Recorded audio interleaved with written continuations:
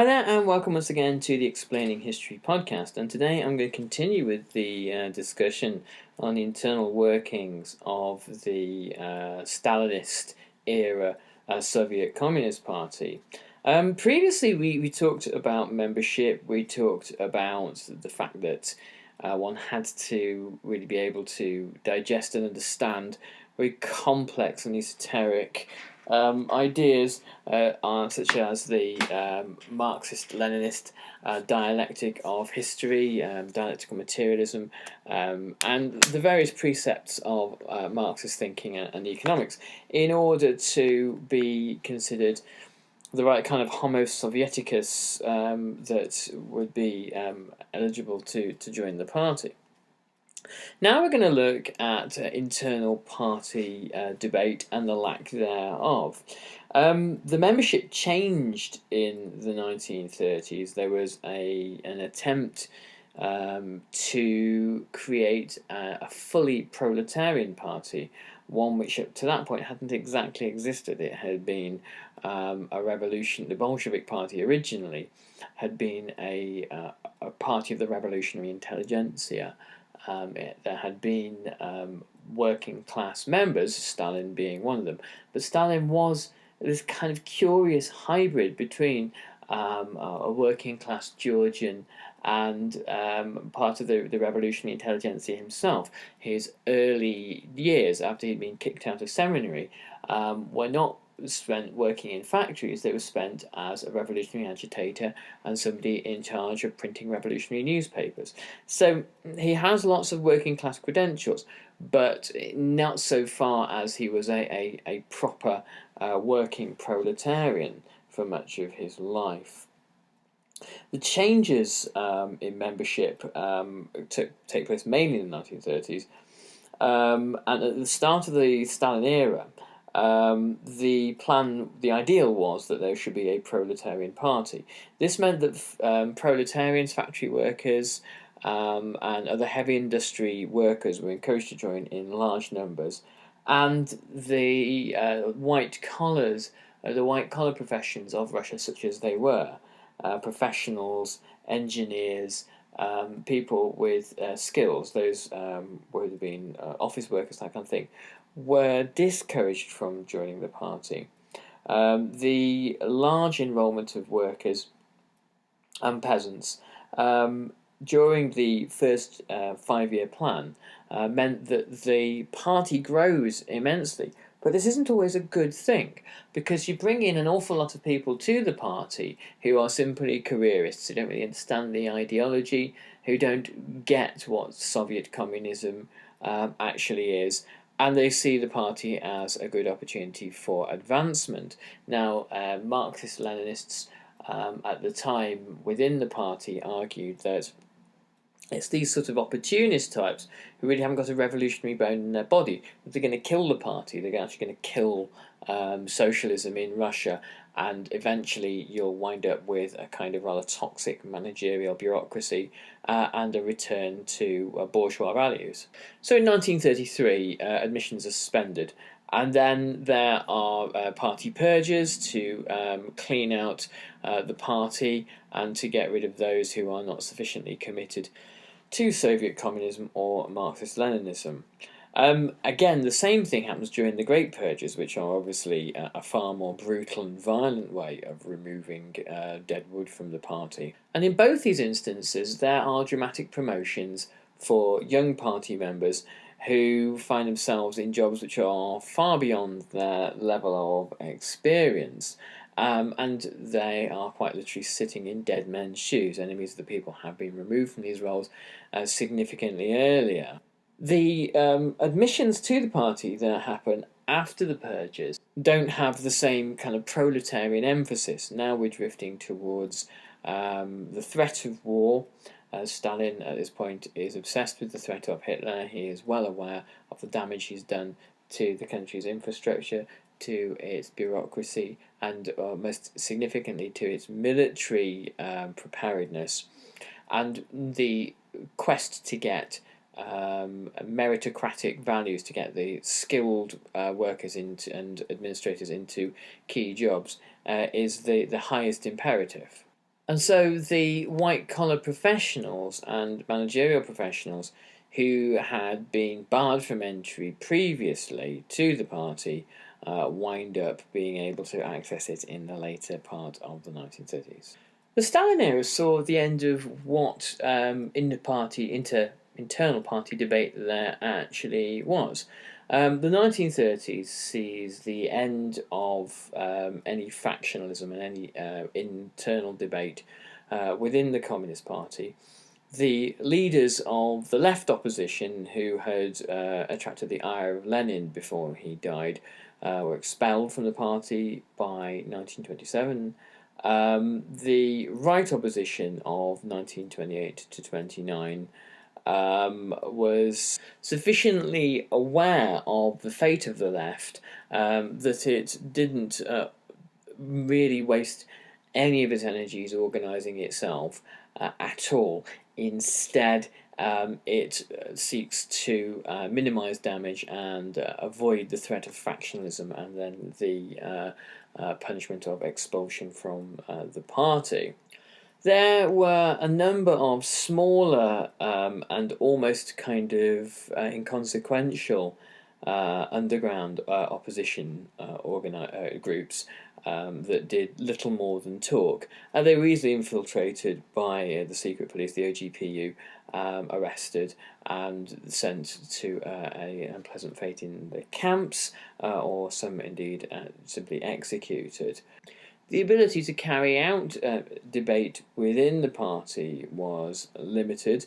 The party had been a little constellation of groupings and intellectual huddles during the mid-1920s. There had been academic centres of thinking within the party, the Institute of Red Professors being a particularly renowned one.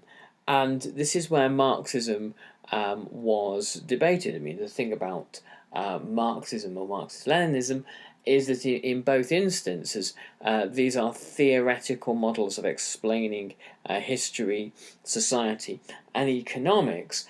And the application of Marxist-Leninism is a process that generates endless debates. Are we doing it right? Are things happening as Marx suggested they would do?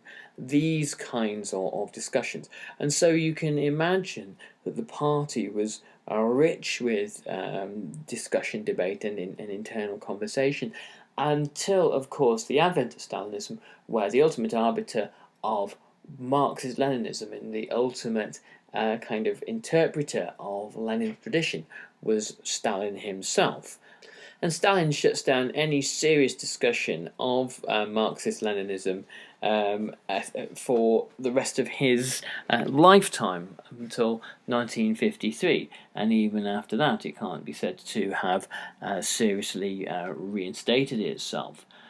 There were figures such as Bukharin who attracted the ire of Stalin by having his own, not necessarily personality cult, but certainly personal following, as did, of course, Leon Trotsky. But in both instances, neither Bukharin nor Trotsky was able to attract really the significant following of support that Stalin could. And one of the reasons is that Stalin, as General Secretary of the party, had power of appointment and power of patronage across the party, and he had been able to offer fairly simple and what appeared to be practical solutions to a country that saw itself at siege, and the idea of socialism in one country was very appealing at that point, far more practical than Trotsky's ideas of continuous revolution.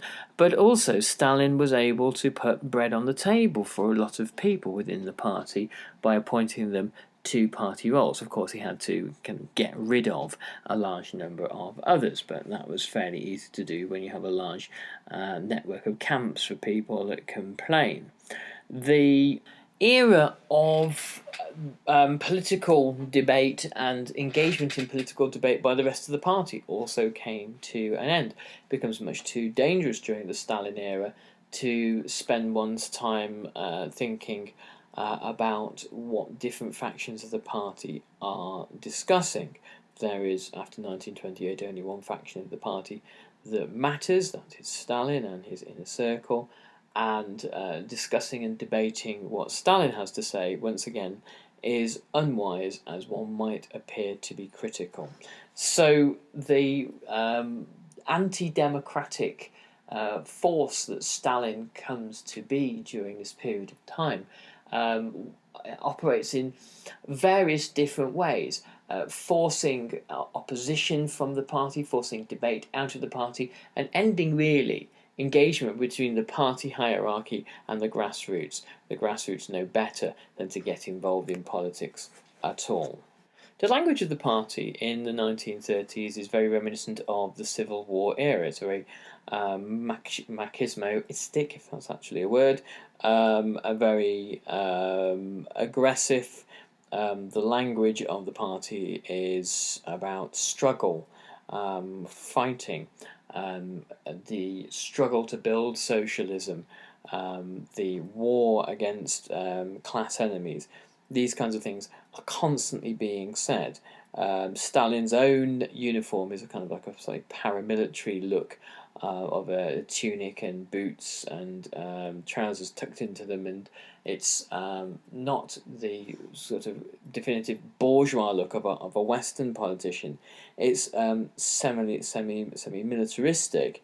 Party members often were armed. It was not uncommon for party members attending congresses to come with the gun that perhaps they'd wielded during the Civil War, normally a pistol of some description. The problem that Stalin saw was that the Soviet Union needed to have a figure like him, and it needed a dictatorship. It needed not just a dictatorship, but a particularly ideologically charged and ideologically purposed dictatorship, in order to keep the revolutionary state within it safe from the predations of the outside world. The Bolsheviks were obsessed with the French Revolution and the Thermidorian counter-revolution.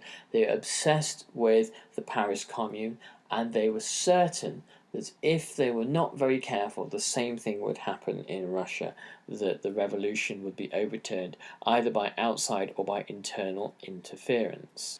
Stalin's role as dictator, but also public intellectual, whereby he frequently had interviews with the Soviet press and often with Western journalists, fellow traveller journalists, who made it to the Soviet Union to interview him, quite famously once H.G. Wells.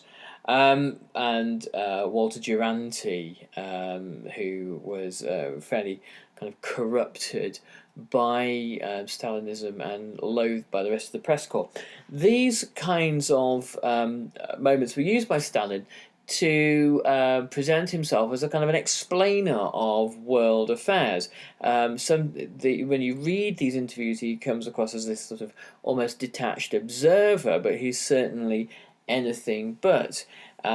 He was a figure who tried to install in the Soviet population a fear and mistrust of capitalist powers. Probably this was well placed, given the Russian Civil War and the views that most capitalist nations had towards the Soviet Union. But also he tried to instill a certain kind of, not xenophobia, because it's certainly not racial, but a certain hostility towards Western powers who were seen as exploiters and bullies, and those who would do the Soviet Union down if they got a chance. And the popular thinking about external enemies was that they wouldn't be given that chance, that the society that Stalin had created would be eternally vigilant. This is a kind of a contributory factor to the terror. It creates the kind of the culture of terror, but anything could be explained that was not working or going wrong within the building of communism bit by bit, the process of socialist construction, anything that went wrong could be explained on saboteurs, on enemies external to the Soviet Union looking to destroy the country. Stalin, however, did like to think of himself as a statesman. He did like to think about great power relations in quite a traditional way, of seeing the interaction between states as being much more important than the promulgation of revolution. By the mid-1930s, he's really put this one onto a back burner. The only thing, for example, that Comintern is useful for is after 1933 and the advent of Hitler. Comintern is useful for trying to build progressive alliances between socialists and communists. This is something that probably should have been done before 1933, but Stalin actually actively undermined that, as we know, and popular fronts. And obviously Comintern has a strong role to play in Spain, and I've done innumerable podcasts on that one.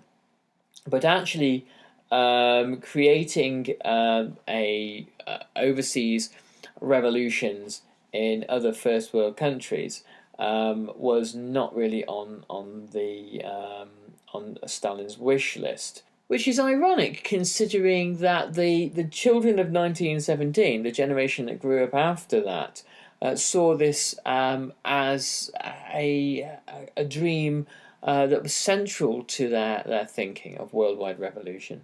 In Everyday Stalinism by Sheila Fitzpatrick, she cites Lev Kopelev and his memoir, in which he says, "The world revolution was absolutely necessary so that justice would triumph, all those incarcerated in bourgeois prisons would be set free, those starving in India and China would be fed, the lands taken from the Germans and the Danzig corridor would be returned, and our Bessarabia would be taken back from Romania.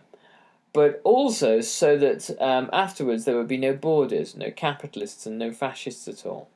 And so that Moscow, Kharkov, Kiev, and Kiev would become just as enormous, just as well built as Berlin, Hamburg, and New York, so that we would have skyscrapers, streets full of automobiles and bicycles, so that all the workers and peasants would go walking in fine clothes, wearing hats and watches, so that airplanes and dirigibles would go flying everywhere." And this was essentially a view of modernity, a socialist modernity. And in the eyes of many of the revolutionaries of 1917, modernity could only really be achieved by the sweeping away of capitalism. To them, capitalism was about slums, it was about prisons, it was about colonialism and colonial famines. It was every injustice meted out onto the face of the earth, and it had to be got rid of in order for humanity to reach this next step, this borderless utopia where peasants lived like bourgeois and the bourgeoisie, and there would be skyscraper cities across Russia connected by airships. The theme of the air and of aviation is a very strong one in the Soviet imagination.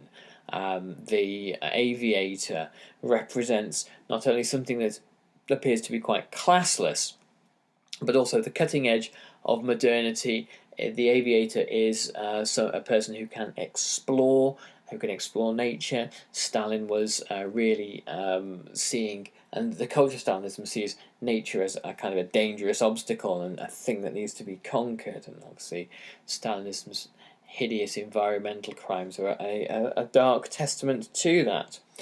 So the Stalinists were not always on the same page as Stalin himself. Not that they particularly would have announced this or it would have been recognised. But the aspirations of grassroots Stalinists and of members of the Komsomol and junior members of the party was to work towards education and enlightenment, and education, just as with aviation, education occupies an important part of the Soviet mindset. It's extremely important to acquire it, which wasn't just about developing a career, but also it was part of an obligation owed to the party and to the state. Education and self-betterment were important kind of concepts about the development of kind of Homo Sovieticus, the new Soviet man, and the creation of this proletarian intellectual was one of the kind of the dreams of the revolution, that somehow by removing the chains of capitalist relations within society from the individual, that you would free the individual to reach their full potential. They would no longer have to work to pay rent or pay off debts, or to pay for their surplus labour value to be extracted in terms of profits. Instead, all their energies would be theirs to maintain, and they would be able to then pour their energies into self-betterment. The good communist is the one who is constantly learning, constantly educating themselves. And in the 1920s and 30s, a network of party schools develops, where the next pool of party bureaucrats will be educated and selected from. The party member particularly had an obligation to self-betterment and to raise the level of their own culture as it was seen. This appears to have been a Bolshevik and later a Stalinist preoccupation, the idea of turning what the Bolsheviks as revolutionary intellectuals saw as a country of essentially backward peasants, Asiatic barbarians. Lenin had all sorts of appalling things to say about the peasants. And turn them into modern, educated, enlightened, cultured individuals. The actual symbolic destruction of the peasant as they left the land and came to towns and cities to become proletarians, the highest form of social grouping in the eyes of the Bolsheviks and the Stalinists, happened in terms of things like the policy of culturedness, or Kulturnost, as it is seen in the Soviet Union. This policy of forcing the peasants to do things like shave off the traditional peasant beard and wear modern proletarian clothes, get rid of the peasant smock and boots, and to do things like abstain from smoking, from swearing, from spitting. All these things that were synonymous with the backwardness of peasant life, because it wasn't simply just fussiness.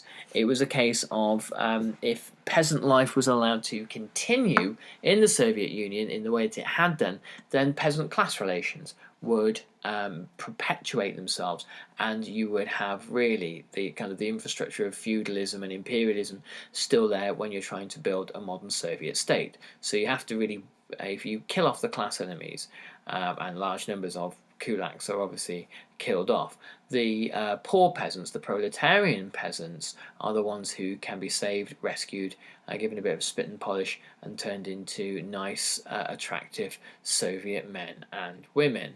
Now we're going to return to this topic pretty soon and look at internal party discipline and the highs and lows of being able to access specialist party stores and restaurants and health clinics and all these lovely perks. But in the meantime, we're going to finish here, and if you can go and give us some praise or some description on iTunes, that would be great, much appreciated. You can also check out the Explaining History Facebook page. That's where I post other stuff and the odd video, or you can check us out on YouTube.